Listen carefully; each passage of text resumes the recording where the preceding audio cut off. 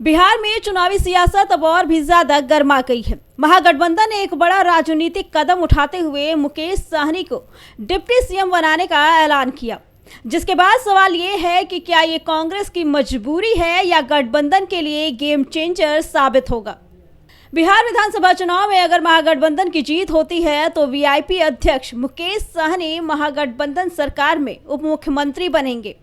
इस ऐलान की घोषणा पटना के मौर्य होटल में कांग्रेस के वरिष्ठ नेता अशोक गहलोत ने प्रेस कॉन्फ्रेंस के जरिए की। वहीं तेजस्वी यादव को मुख्यमंत्री फेस बनाने का भी ऐलान किया गया। हम लोगों ने सोच समझ के तेजस्वी जी को घोषित किया नेता, और हमें पूरा यकीन है कि जो है तेजस्वी जी की घोषणा करना मायने रखता है। साथ में सबकी राय बनी है कि जो हमारे अन्य पिछड़ा वर्ग के साथी हैं मुकेश साहनी जी, जिनको आप सब जानते हैं, मुकेश साहनी जी जो एक संघर्ष करते हुए यहां तक पहुंचे हैं, अपनी पार्टी बनाई है, अपनी अकल होशियारी से, अपनी मेहनत से बनाई है, गरीबों के मसीहा के रूप में, अपनी कौम के मसीहा के रूप में उभर के आए हैं। ऐसे नौजवान को हमने तय किया है वो उप मुख्यमंत्री होंगे। साथ में मुकेश साहनी ने प्रेस कॉन्फ्रेंस में साफ कर दिया कि वे भाजपा को सत्ता से बाहर करने के लिए पूरी तरह से प्रतिबद्ध हैं। इसके साथ ही उन्होंने ये भी कहा कि पिछले 3 साल से उनका इंतजार था और अब महागठबंधन के साथ मजबूती से खड़े होकर बिहार में सरकार बनाएंगे।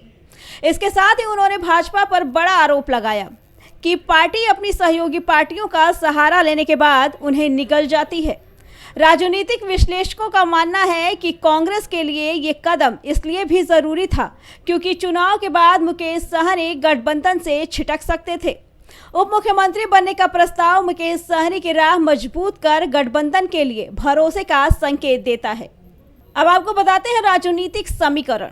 तेजस्वी यादव को मुख्यमंत्री और मुकेश साहनी को उप मुख्यमंत्री बनाने का लिया गया निर्णय।